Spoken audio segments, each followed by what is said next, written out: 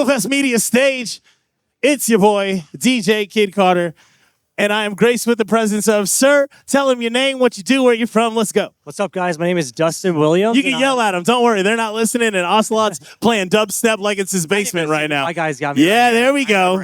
Yes. What's up, guys? You gotta talk like your mom's in the back row and it's like elementary school. Like, hi, Ma! No, I'm wearing clean underwear. Like all of that. Full volume. That. Let's go. My name's Dustin Williams. I'm a content creator based out of Southern California. Yes, sir. Yeah. Tell a little people about you, what you're working on, what you're doing.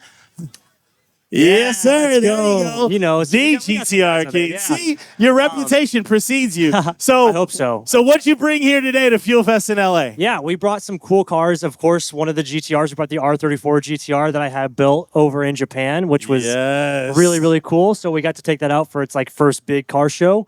And then I feel like it's only right for FuelFest. We brought out the Tokyo Drift Evo, the actual car that was I actually saw licensed. that. Yeah. I was looking at that earlier, and that's Sean's training Evo, right? Correct. Yeah, it's got a really interesting story. So okay. I found that at the APR warehouse. It was sitting for 15 plus years. They got it back from the world tour, and wasn't running when they got it back, so they let it sit.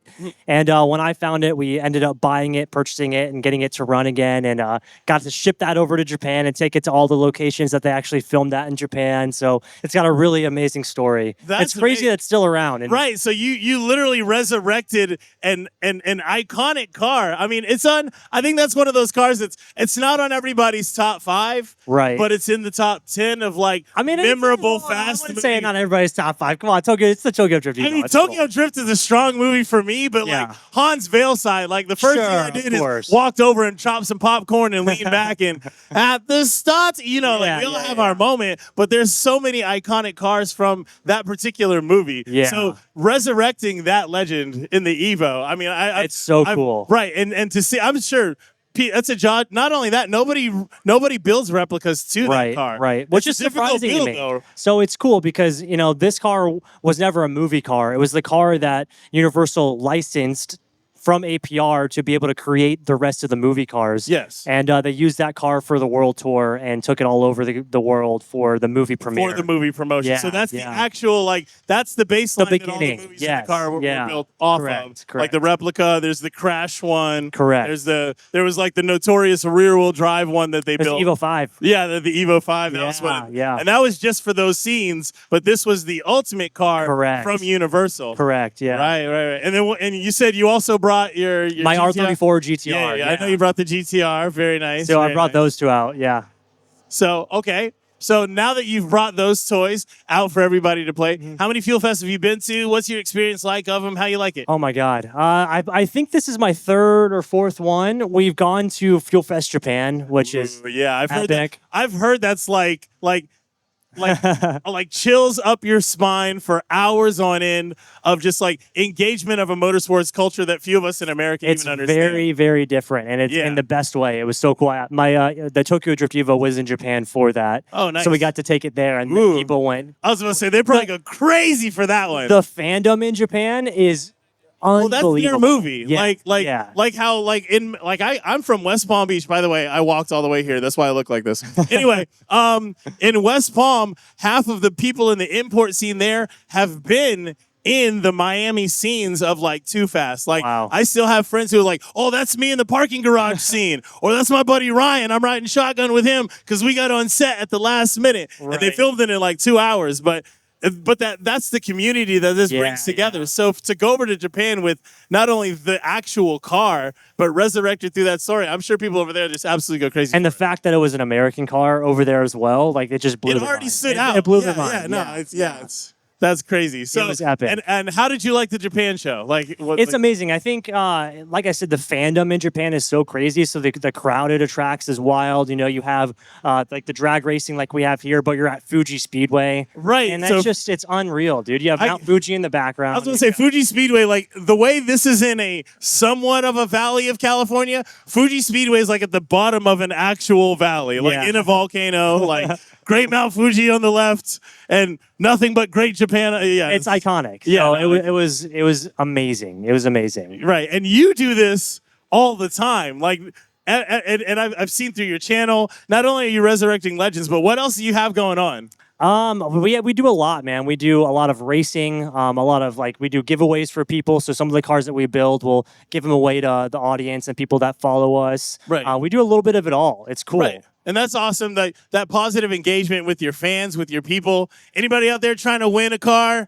Anybody trying to win an R34? This guy knows, yeah. That guy, he knows all about it. Yeah, no, I know you got, and I know your channel's had not only giveaways of notable cars, but also the way you build is very, you capture the essence of the motorsport without losing it. That's what I try. And, I have a strong passion for motorsports in that early, 2000s, 90s, late 80s, Japanese culture. And, a lot of that nowadays kind of gets forgotten in some of the newer age cars. And hopefully, preserving that spirit in those cars with the cars that I build, keeps, what got me into cars alive. Right? When did you first get started in cars? I like to ask all us gearheads. About when I was 13, my dad would always bring me home car magazines. I was in that era where Fast and Furious was just coming out, so of course I was say, did you get a speeding ticket on the way home from the Fast and Furious movie too? No, but I did in a very, very unmodified Jetta with no exhaust. I even told Jesse earlier. I was like, Jesse, I was running from the cops in my Jetta when you were in your Jetta. I just, I made it away from Johnny Tran. He didn't. Oh, so I know. Every time I see him, I'm like, Johnny Tran's coming. It's good. It's good. It's so epic. That's so cool. But what really got me into it was when I saw Tokyo Drift, and that was right when I was getting my license to drive, and at that point, you're like, let's go. Right, I could do that. Yeah, you're like, of course he sucked. I mean, Bow Wow didn't even tell him. He had to clutch kick. That's all. And that's what it spiraled me into the Japanese car world as well, seeing that and, going to experience that in Japan for myself with the Evo and with my R34, a lot of that stuff is real over there. And it's really cool to experience that and show that on my channel and what it's really like to have a car built in Japan. And I think that crossover injects the American motorsports culture with what we need to do in terms of honoring the essence of all these cars. Yeah. You take the guys in Australia that are building those Baja buggies, and they've always built those. Yeah. And they bring those over to the Baja series in here in America, and how we are now fixated on travel suspension. Yeah. And we never have been before. You guys holding like the Taste of Tokyo and everything that has to do with that, the quintessence of Japanese car culture, and it's very special. Right, and keeping to it without, overly modifying or domesticating too many rides. Purpose built, they do it for a specific reason. It was so cool watching my 34 get built at Midori Seibi, which is a very mom and pop shop out in Japan, and how they meticulously do each thing and touch every nut and bolt, and they want everything perfect. It's really cool, but his philosophy was to make as much power as possible while still being able to use it every single day. See, and that's car. Even here in car culture, what we want is that daily demon. Yeah, you want a sustainable something snake that lasts. in the grass. Yeah. Right.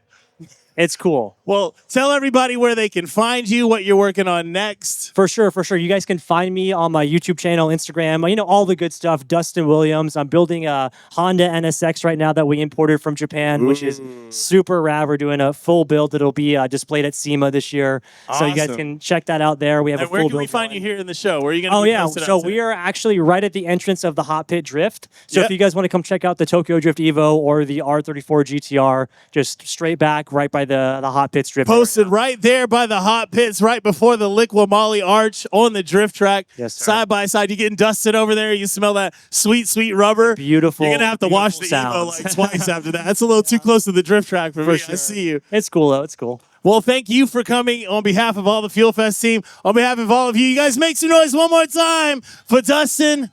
Not only sitting down for this interview for us, but being here at FuelFest and bringing those legacy cars all the way from across the water for us. Thank you so much for having me. This is a blast, and I hope you guys enjoy what we do. One more time, y'all make some noise. FuelFest LA, we're going to keep it going.